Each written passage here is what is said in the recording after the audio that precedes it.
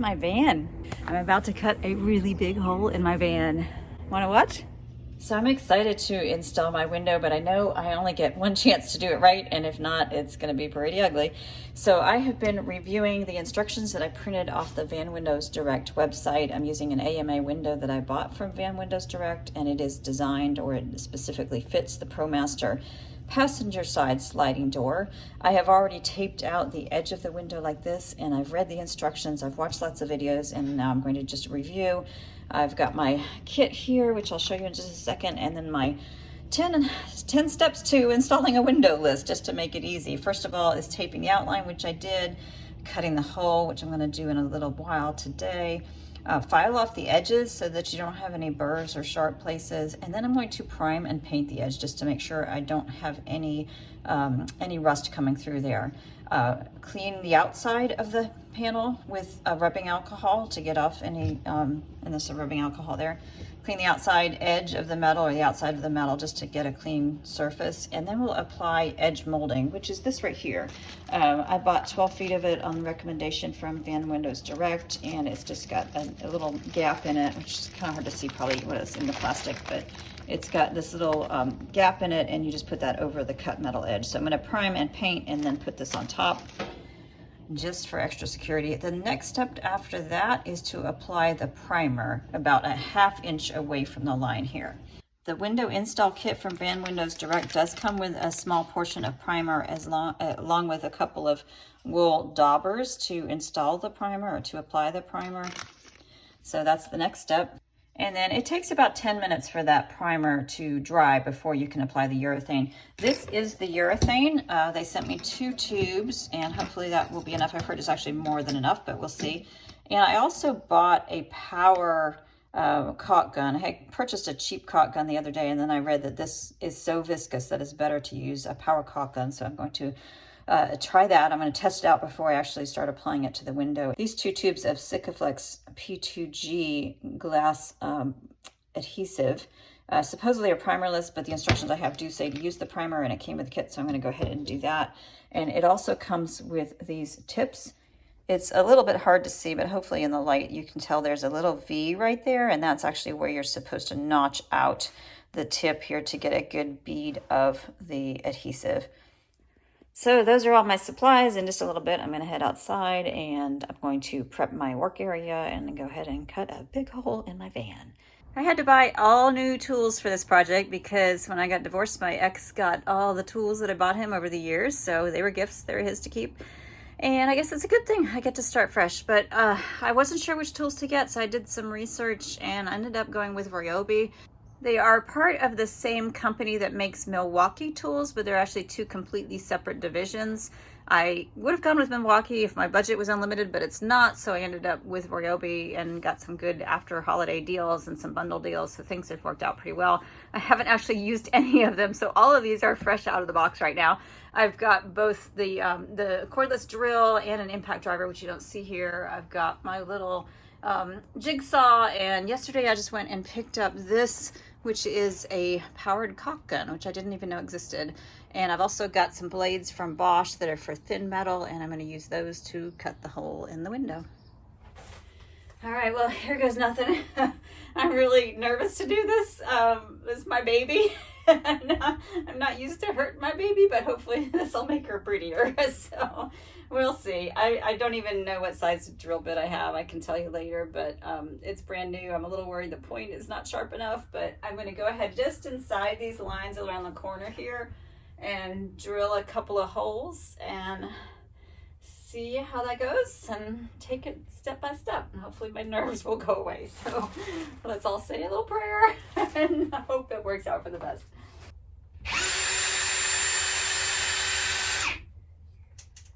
Well, I feel like I'm not getting anywhere, so I'm actually going to go get a smaller drill bit that I can start maybe a pilot hole and then put in the bigger one. So stay tuned. All right, I have a much smaller drill bit now, and I've also got 2 settings on my drill, one for high power, one for low power. I'm going with high power, and we're gonna hopefully make this work. It worked, I got a hole! Yay! All right, I got 4 at the top. I'm gonna do 4 in each corner, I think.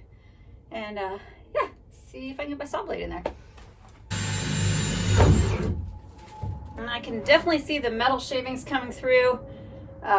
Just realized I forgot to get my safety glasses, which go over these glasses, and so I'm gonna run and get those. Okay, I actually think that the holes that this drill bit are giving me are gonna be big enough, so I'm not gonna switch drill bits, but I am gonna go ahead and do the rest of the holes. Well, not a good sign. The drill is not working, and it's got a 1.5 amp battery that was just charged, so it should be fine. I'm gonna switch batteries and who knows?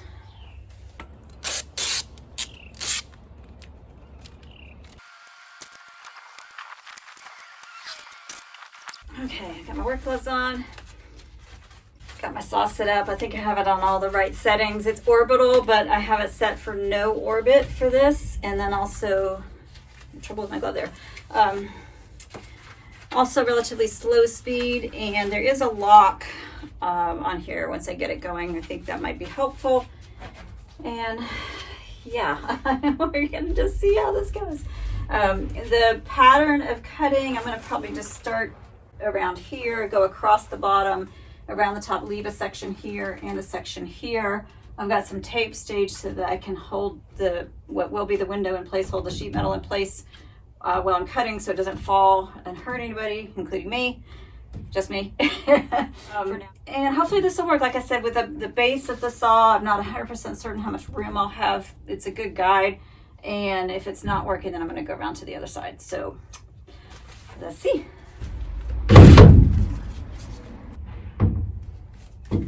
All right, I can already see I'm not going to have enough traction with around the curves here. So I'm going to go outside. All right, clearly I'm not doing something right. My hole's not big enough, I guess, to get in there. Oh man, like everything in this van so far this project's turning out to be a little harder than I expected based on what I'd read, but I am not a pro with power tools. I am not in great shape at the moment, and yeah, so I am going to go back and forth, I think, from inside to outside.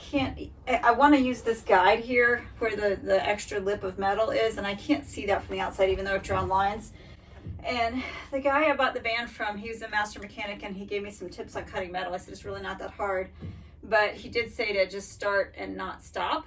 I don't think that's going to happen for me. I think I can cut these longer sides and then do the curves from the outside, and hopefully that will work. There's only one way to find out. All right, that is not working. I don't know if it's the blade, if it's me, if it's the tool. I'm gonna do a little bit of reading and see if I can figure it out, because my saw is bouncing all over the place, and I'm afraid I'm gonna do more damage than good right now. So hold please, I'll be back. I think I figured out the problem. I did not have my saw set on the max speed. I misread the instructions for cutting metal on the non-orbital setting, and it sounds like I need to be on max speed. I just did, and I cut about 2-3 inches right there, and it worked perfectly, so that's what I'm gonna stick with. Safety glasses. All right, let's do it.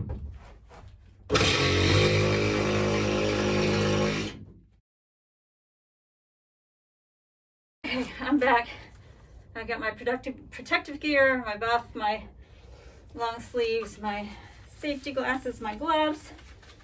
I hope I'm ready to actually finish this cut now.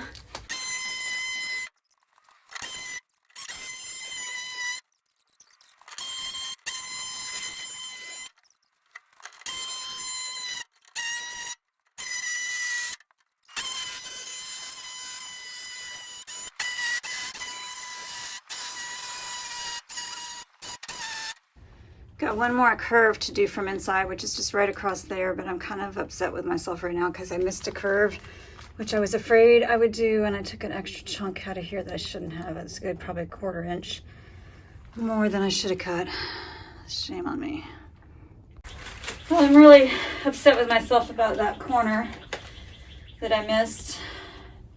And there's a couple other places where I probably could have cut closer to the edge, but I didn't. I'm gonna go ahead and make that final cut. I've got a new saw blade and drop the opening and then see what I can do to clean things up a bit before I file it down and prime it. Can't say I'm super stoked about Ryobi tools right now. I don't know if it's overheated or what.